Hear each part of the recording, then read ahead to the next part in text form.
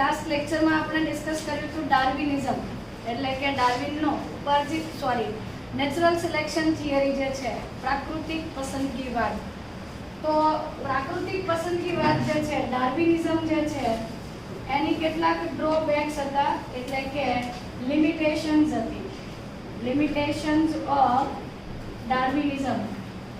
ડાર્વિનવાદ જે છે અથવા ડાર્વિને જે ઉત્ક્રાંતિ માટેનો સિદ્ધાંત આપેલો, એની કેટલીક મર્યાદાઓ છે જે આપણે સમજીએ. તો પહેલો ડ્રોબેક એ છે કે ડાર્વિન એવું સમજાવતા હતા કે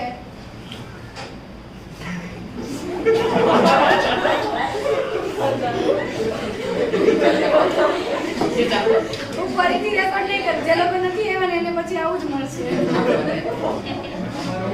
ડાર્વિનિઝમ, ઓકે. સો ચાર્લ્સ ડાર્વિન જે છે એમણે ઉત્ક્રાંતિવાદ જે આપ્યો હતો કે પ્રાકૃતિક પસંદગીવાદ, તો એની પહેલી લિમિટેશન એ છે કે he could not differentiate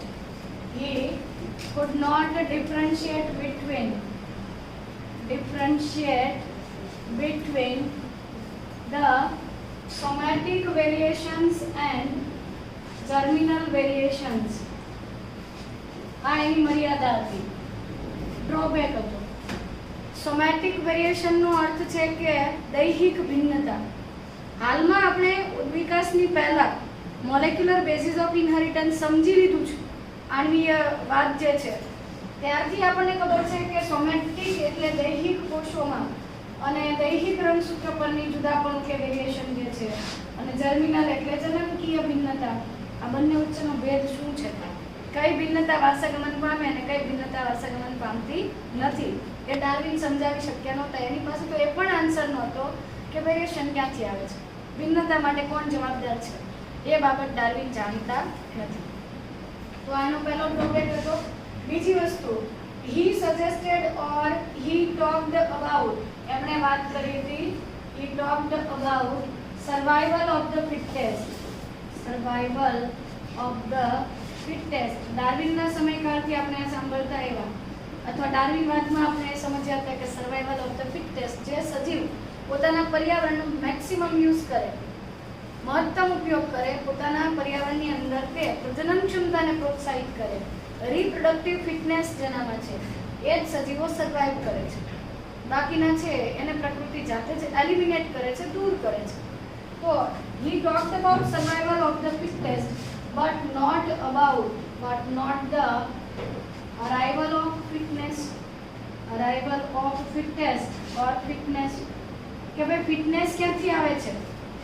સજીવોની અંદર પણ આપણે બે પાર્ટ સમજ્યા, ડાર્વિને કીધા. કયા?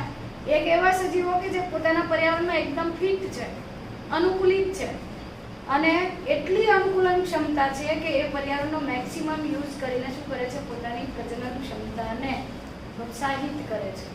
તો પ્રજનન ક્ષમતાને પ્રોત્સાહિત કરે છે એવી ભિન્નતા, એવી ફિટનેસ, એવી સક્ષમતા અથવા એવી જે ક્ષમતા છે કે કાર્યક્ષમતા છે, ક્યાંથી આવી? હાલમાં આપણે જાણીએ છીએ કે આપણી અંદર જનીનિક પરિવર્તનો આવ્યા, જનીનિક ભિન્નતાના લીધે નવા ઉત્સેચકો કે નવા પ્રોટીન સર્જાણા, અને એના કારણે આપણે પ્રકૃતિ અથવા આપણા પર્યાવરણનો મેક્સિમમ યુઝ કરીએ છીએ. પણ એ આ બાબત સમજાવી શક્યા નહોતા. ત્યાર પછી most of the theory suggest, અથવા ડાર્વિનની થિયરી મુજબ જે પ્રાકૃતિક પસંદગી છે, natural selection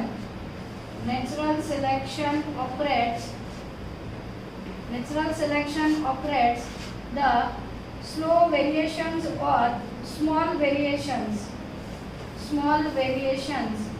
Many of them are not even, most of which are not inherited. Inherited નો અર્થ શું છે? વારસાગમન પામતા નથી. કેટલીક ભિન્નતાઓ આપણે એવી પણ જોઈએ છે કે જે ઘણી બધી ભિન્નતાઓ એવી છે કે જે વારસાગમન નથી પામતી. હાલમાં તમે જાણો છો કે એ ભિન્નતા કઈ છે? સોમેટિક.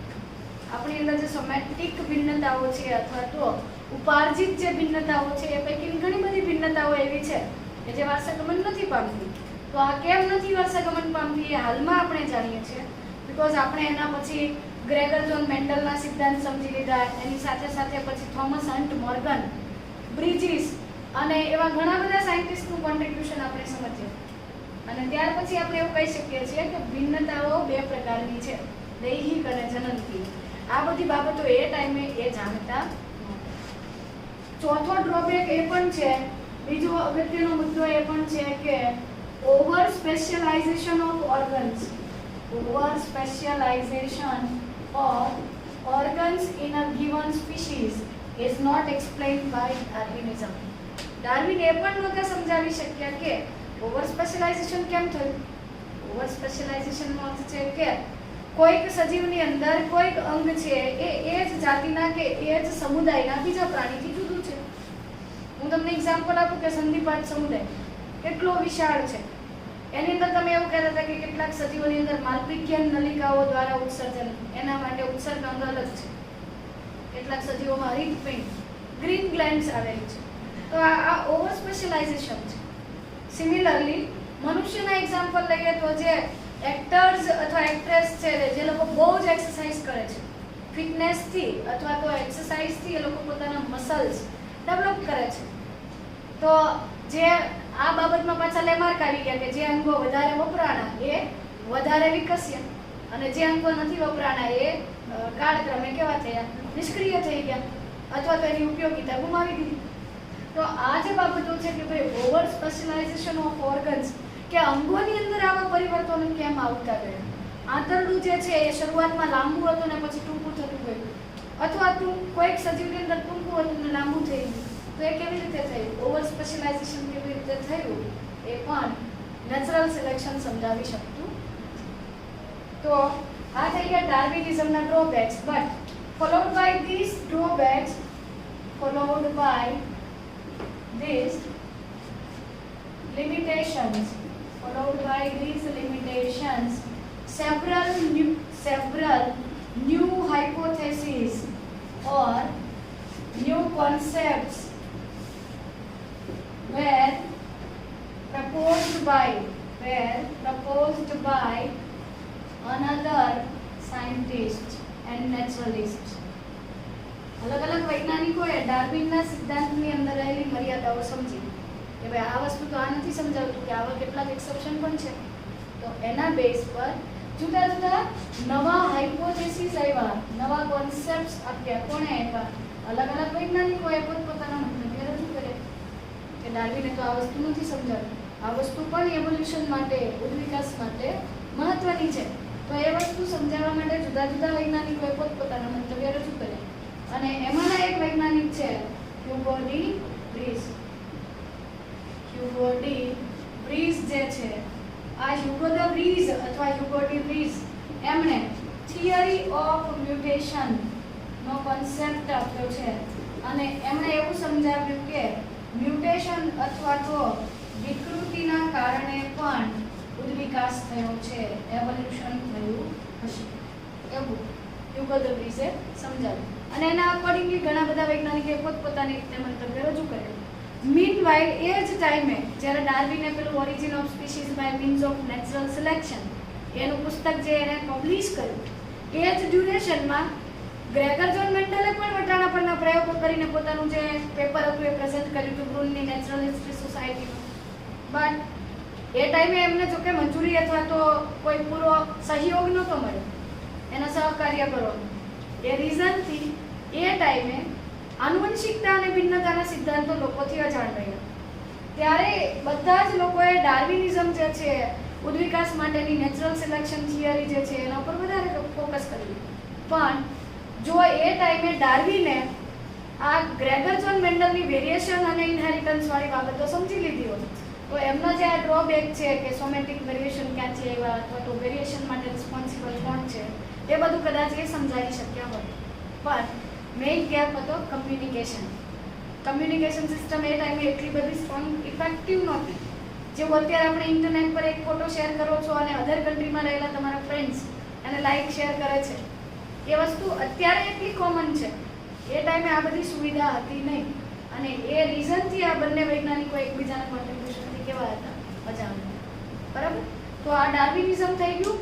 અને એને અનુસરીને હ્યુગો ધ વ્રીઝ જે છે એણે નવું જે થિયરી આપી, નવો જે સિદ્ધાંત આપ્યો કે થિયરી ઓફ મ્યુટેશન અથવા વિકૃતિવાદ જે આપ્યો, એ એવું સ્ટ્રોંગલી બિલીવ કરતા હતા કે વિકાસ થવા માટે નેચરલ સિલેક્શન નહીં, સ્લોલી નથી થતું, રેન્ડમલી થાય, રેપિડલી થાય અને અચાનક વિકૃતિ થાય છે અને વિકાસ થઈ ગયો.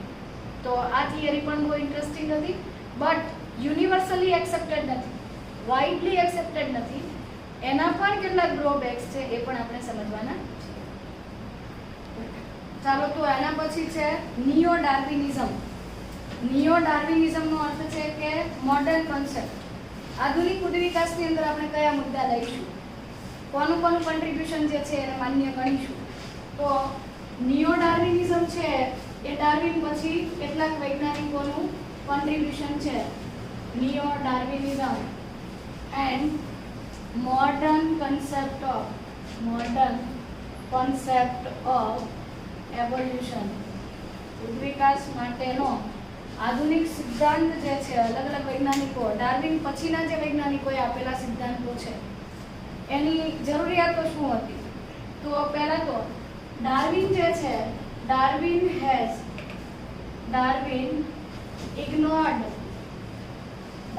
has ignored the variations and isolation. Darwin જે છે એને વેરિએશન અને આઇસોલેશન ને ઇગ્નોર કર્યું હતું. ભિન્નતા આવે છે એવું એને કીધું હતું, પણ કેવી રીતે ભિન્નતા ઉદ્ભવે છે એના માટે એને બહુ કંઈ ખાસ પ્રયત્નો કર્યા નહોતા. તો વેરિએશન એટલે કે ભિન્નતા અને અલગીકરણનો અર્થ છે કે અહીંયા પ્રાજનનિક અલગીકરણ, જેના લીધે જાતિનું નિર્માણ થાય, સ્પેશિએશન થાય. જાતિ નિર્માણનો જે કોન્સેપ્ટ છે એને એમણે કન્સિડર નહોતો. જ્યારે એના પછી હ્યુગો ધ વ્રીસ જે છે એને સ્પેશિએશન અથવા આઇસોલેશન જે છે એના ઉપર વધારે ફોકસ કર્યું અને એને વિકૃતિ પરથી હ્યુગો ધ વ્રીસ જે છે એમણે ઇનોથેરા લેમાર્કિયાના, આ એક વનસ્પતિ છે, ઇનોથેરા લેમાર્કિયાના, આ લેમાર્કિયાના જાતિ છે અને એનું સામાન્ય નામ છે ઇવનિંગ પ્રાઇમરોઝ અથવા ઇવનિંગ પ્રિમરોઝ. તો ઇનોથેરા લેમાર્કિયાના જે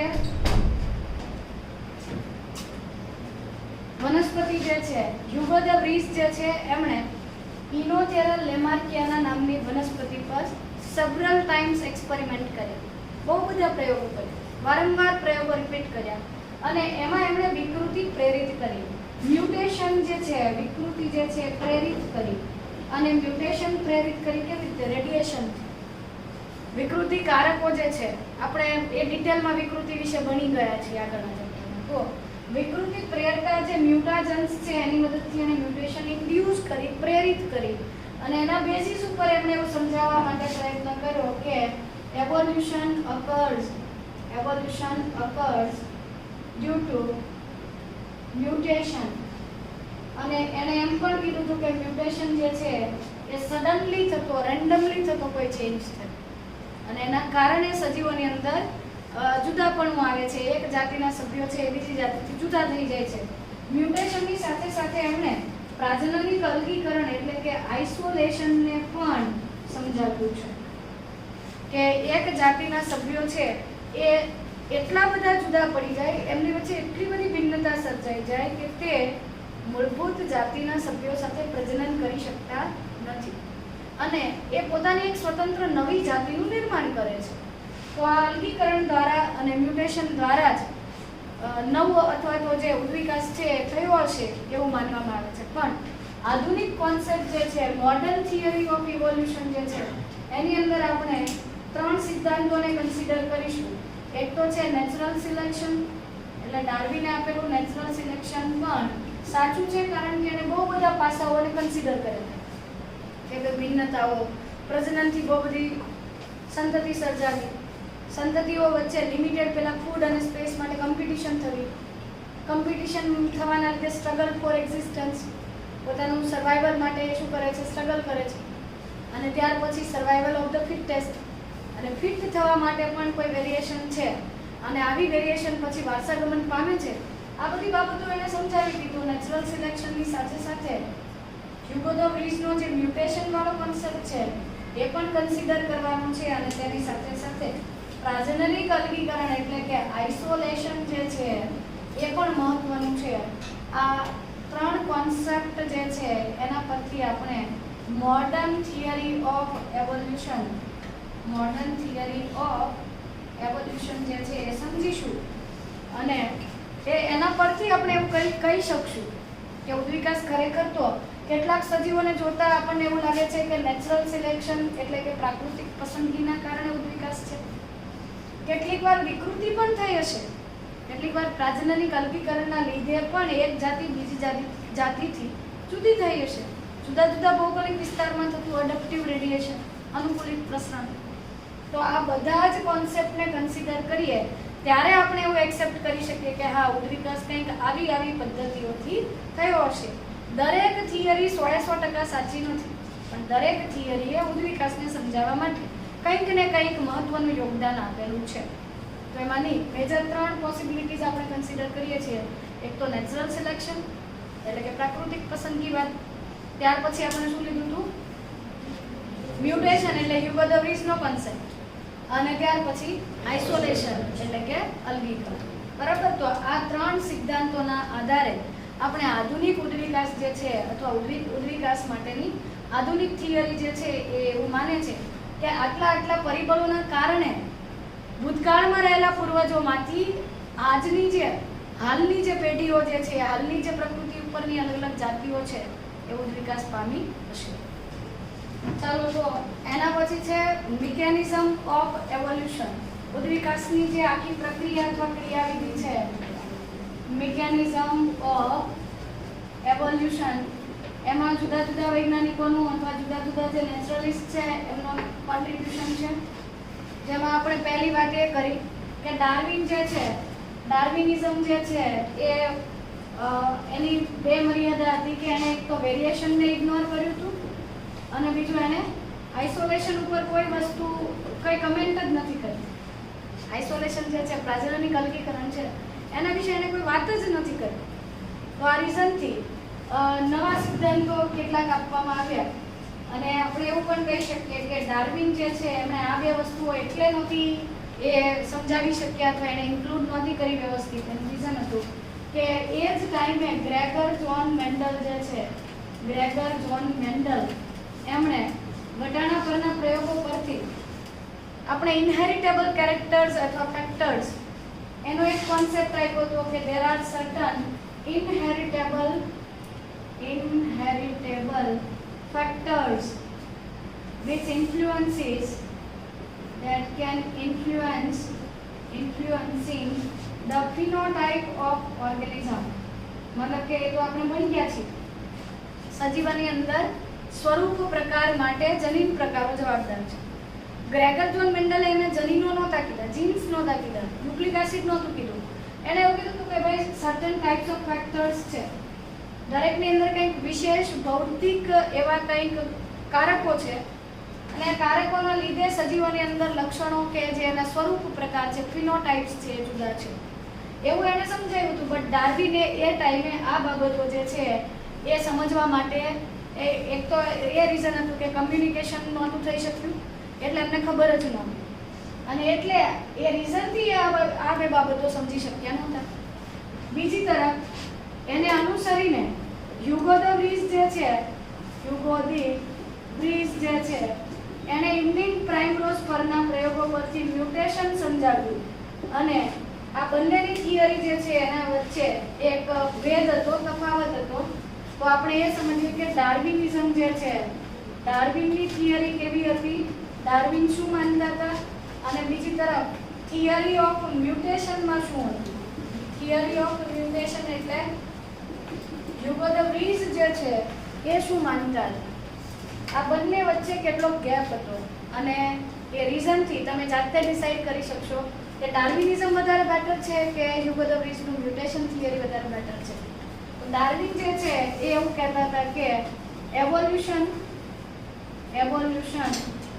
occurs through minor variations. ઉદ્વિકાસ જે છે એ નાના મોટા ચેન્જીસ, નાના મોટા ભિન્નતાના કારણે છે અને એમણે એમ પણ કીધું હતું કે એક જ જાતિના સભ્યો છે એ એક્ઝેક્ટલી એક સરખા નથી. કોની વાત કરી હતી? લિંગી પ્રજનન કરતા સજીવો.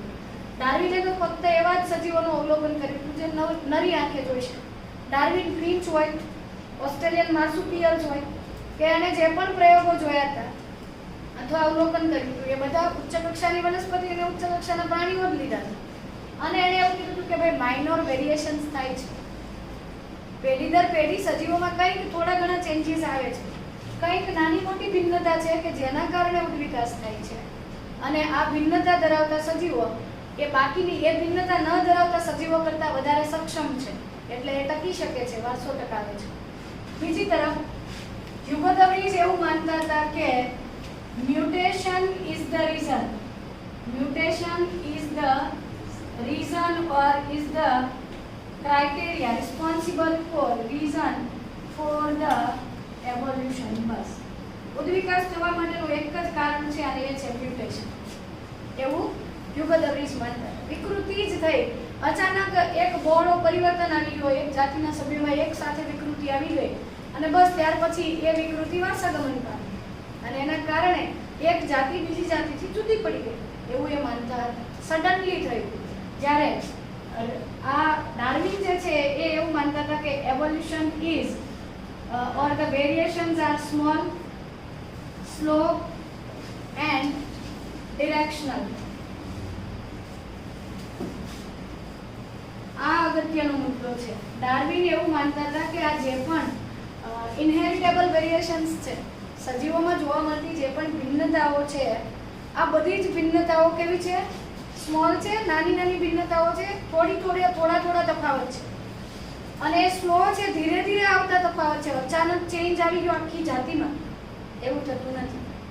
અને ડિરેક્શનલ છે, કોઈ પર્ટિક્યુલર દિશામાં થતી એક ભિન્નતા છે જે ફાયદાકારક પણ હોઈ શકે, હાનિકારક પણ હોઈ શકે, પણ એ ડિરેક્શનલ છે, દિશાકીય, ચોક્કસ દિશામાં થતું પરિવર્તન છે, ધીરે થતું પરિવર્તન છે અને નાનું પરિવર્તન છે. એક સાથે બહુ મોટો ચેન્જ આવી જાય છે, સ્ટેપ બાય સ્ટેપ થાય છે એવું કહેતા હતા. જ્યારે હ્યુગો ધ વ્રીઝ તો એવું માનતા હતા કે mutation is larger, random and directionless. આ બંને વચ્ચેનો મેઇન તફાવત. એક તરફ ડાર્વિનિઝમ એવું કહે છે કે ઉદ્વિકાસ ધીરે ધીરે થયો છે, એની અંદર સ્લોલી ચેન્જીસ થયા છે, નાના નાના પરિવર્તનો થઈ અને પછી જાતિઓ એકબીજાથી દૂર અથવા તો જુદી પડી છે અને કોઈ પર્ટિક્યુલર ડિરેક્શનમાં, કોઈ ચોક્કસ દિશામાં પરિવર્તન થયું.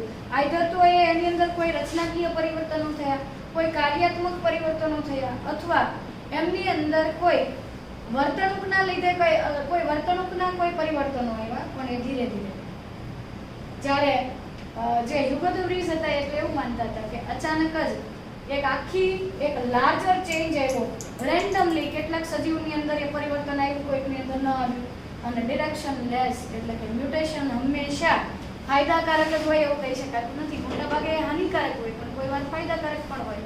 તો વિકૃતિના સિદ્ધાંતની અંદર એમણે એવું કીધું હતું કે ભાઈ અચાનક મોટા પ્રમાણમાં ફટાફટ ચેન્જ થઈ જાય અને બસ એના કારણે એક જાતિથી નવી જાતિ બની ગઈ. ત્યાર પછી Darwin believed that evolution occurs. Evolution is a slow process and it occurs gradually. Gradually એટલે step by step, ધીરે ધીરે થતી પ્રક્રિયા છે. Whereas the Hugo de Vries believed that it occurs randomly and it occurs through isolation. પ્રાજનનિક અલગીકરણના લીધે થાય છે. And he called the mechanism as saltation. Saltation નો અર્થ છે સિંગલ સ્ટેપ લાર્જ મ્યુટેશન. એક જ સ્ટેપમાં, એક જ વખતમાં થતી મોટી વિકૃતિ, મોટા પ્રમાણમાં વિકૃતિ થવી. તો saltation નો અર્થ છે સિંગલ સ્ટેપ લાર્જ મ્યુટેશન. સજીવોની અંદર અચાનક આવી કોઈ મોટી વિકૃતિ આવી જતી હશે, લાર્જ મ્યુટેશન થતી હશે એક જ વખતમાં અને એ લાર્જ મ્યુટેશનના લીધે એક જાતિના સભ્યો બીજી જાતિથી એકદમ આઇસોલેટ થઈ જાય, સ્વતંત્ર થઈ જાય. જેમાં વિકૃતિ થઈ એની એક અલગ જાતિ થઈ ગઈ, એ સભ્યો અંદર પ્રજનન કરે છે. જેમાં વિકૃતિ નથી થઈ એની સાથે એ પ્રજનન નથી દર્શાવતું. તો એના કારણે એવું થયું છે કે એક જાતિમાંથી નવી એક એવી જાતિ, વિકૃતિના કારણે નવી જાતિઓ ઉદ્ભવે છે કે જે એકબીજાથી પ્રજનન સંબંધે કેવી થઈ ગઈ જુદી. અને આપણે જાતિની વ્યાખ્યા પણ એવી જ લીધી હતી ને કે ઓર્ગેનિઝમ્સ હેવિંગ ફંડામેન્ટલ સિમિલારિટીઝ, એમની અંદર મૂળભૂત સામ્યતાઓ હોવી જોઈએ અને અંદર અંદર પ્રજનન કરી શકે તો જ એ એક જ જાતિના સભ્યો છે એમ કહેતા હતા. તો હ્યુગો ધ વ્રીઝે એવું સમજાવ્યું કે ડાર્વિન જે કહે છે કે ભાઈ સ્લોલી થાય છે, સ્મોલ ચેન્જીસ થાય છે, માઇનોર વેરિએશન આવે છે, પર્ટિક્યુલર ડિરેક્શનમાં થાય છે, એના બદલે અચાનક જ કોઈ જાતિના સભ્યોમાં વિકૃતિ આવે છે, એક બહોળો એક મોટું પરિવર્તન આવે છે જેના કારણે એક જ જાતિના સભ્યોમાંથી કેટલાક સભ્યો પ્રજનનિક અલગીકરણ પામે છે, એ મૂળભૂત જાતિના સભ્યો સાથે પ્રજનન કરી શકતા નથી અને એમની એક નવી જાતિ બની જાય છે. આ રીતે અલગ અલગ જાતિઓ સર્જાણી છે પણ વિકૃતિથી, સેલ્ટેશનથી, સિંગલ સ્ટેપ લાર્જ મ્યુટેશનથી એ નવી જાતિનો ઉદ્ભવ થયો હશે એવું હ્યુગો ધ વ્રીઝ માનતા હતા. જો કે વેરિએશન જે છે એ પણ ઇમ્પોર્ટન્ટ છે, વિકૃતિ થઈ હશે પણ આપણે એવું નથી માની શકતા કે સડનલી એક બહોળું પરિવર્તન આવીને દરેક વખતે અમુક વર્ષોના અંતરે આવા મ્યુટેશન થતા જ ગયા અને ઉચ્ચ કક્ષાના લક્ષણો ધરાવતા વનસ્પતિ અને પ્રાણીઓ અસ્તિત્વમાં આવ્યા એવું 100% માની શકાતું નથી. પણ ઉચ્ચ કક્ષાની વનસ્પતિ અને પ્રાણીઓ જે આ માઇનોર વેરિએશનથી આટલા લાખો વર્ષો પછી ઇવોલ્વ થયા હશે એની અંદર ક્યારેક ને ક્યારેક કોઈક રીઝનથી વિકૃતિઓ થઈ હશે જેના કારણે પણ નવી જાતિઓ બની હશે, પણ 100% વિકૃતિથી જ ઉદ્વિકાસ થયો છે એવું આપણે માની શકતા. ઓકે, તો વેરિએશન સમજીએ એટલે કે ભિન્નતા. વેરિએશન અથવા ભિન્નતા શું છે એ તમે જાણો છો. એક જ જાતિના સભ્યોમાં જોવા મળતું લક્ષણોનું જુદાપણું એટલે ભિન્નતા, બરાબર ને? ભિન્નતા એટલે કે the characteristic differences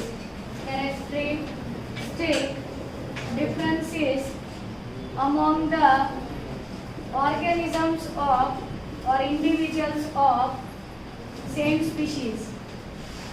એક જ જાતિના સભ્યોમાં જોવા મળતું લક્ષણોનું જુદાપણું એટલે ભિન્નતા. એટલે આપણે એવું માનીએ છીએ કે એક જ જાતિના સભ્યો જો એક જ સરખા હોત તો ભિન્નતા આવી જ ન હોત તો ઉદ્વિકાસ થયો જ ન હોત. તો આપણે જે આટલું બધું ટેકનોલોજીકલ ડેવલપમેન્ટ કર્યું કે આપણી અંદર મોર્ફોલોજીકલ કે એનાટોમિકલ ચેન્જીસ થયા જ ના હોય. તો આધુનિક પૃથ્વી જે છે એમાં અને જે એકદમ પુરાતત્વીય અથવા આપણે એમ કહીએ કે એન્શિયન્ટ જે અર્થ હતી, વર્ષો પહેલા જે પૃથ્વી ઉપર જાતિઓ હતી એમાં કોઈ પરિવર્તન જ ના થયા. પણ ખરેખર તો ભિન્નતા પણ variation is very important. Variation is very important factor, ખૂબ જ અગત્યનો ઘટક છે ફોર એવોલ્યુશન. ઉદ્વિકાસ માટે ખૂબ જ મહત્વની ચાવી છે, એના વગર ઉદ્વિકાસ શક્ય નથી. અને એ જે ભિન્નતાઓ છે એ આપણે આગળ પણ 2 ચેપ્ટર, 5મું અને 6મું ચેપ્ટર ભણ્યા એમાં બહુ વખત ભિન્નતા સમજ્યા છીએ. હું તમને બ્રીફલી એ રિવાઇઝ કરાવી દઉં કે વેરિએશન જે છે ઉદ્વિકાસના કિસ્સામાં વેરિએશન જે છે એ 2 રીતે આવી શકે. એક તો જીનેટિક અને બીજું એન્વાયરમેન્ટલ. હવે તમે કહેશો કે એન્વાયરમેન્ટલ કેવી રીતે? પર્યાવરણીય પરિબળો ચેન્જ થાય છે ને એના લીધે આપણે કંઈક વર્તણૂક બદલીએ છીએ અથવા આપણે રહેવાની કે ખોરાકની પદ્ધતિઓ બદલીએ છીએ, એ જુદું છે. એ વેરિએશન પર્યાવરણના લીધે. જીનેટિક વેરિએશન જે છે એ 2 રીતે થતા હોય છે અને આ તમે ભણી ગયા છો 5મા ચેપ્ટરના પહેલા લેક્ચરમાં કે કન્ટિન્યુઅસ અને ડિસકન્ટિન્યુઅસ. મ્યુટેશનથી થતા ભિન્નતા અથવા એના કારણે સર્જાતી ભિન્નતા અને પ્રજનન, લિંગી પ્રજનન, સેક્સ્યુઅલ રિપ્રોડક્શનથી જે ભિન્નતા સર્જાય છે લિંગી પ્રજનનથી, એ તો તમને ખબર જ છે. ક્રોસિંગ ઓવર, વ્યતિકરણ, પ્રજનન કોષોના નિર્માણ સમયે વ્યતિકરણ થાય છે, એના કારણે જનીનોના ટુકડાની અદલાબદલી થાય, જેના કારણે સંતતિઓ પિતૃ કરતા કેટલાક જુદા લક્ષણો પ્રાપ્ત કરે છે. તો રિપ્રોડક્શનની અંદર આપણે 3 પ્રકારો લઈ શકીએ. એક તો ક્રોસિંગ ઓવર એટલે કે ક્રોસિંગ ઓવરને આપણે ગુજરાતીમાં શું કહેતા હતા? વ્યતિકરણ. ત્યાર પછી આપણે લઈ લઈએ રેન્ડમ અસોર્ટમેન્ટ.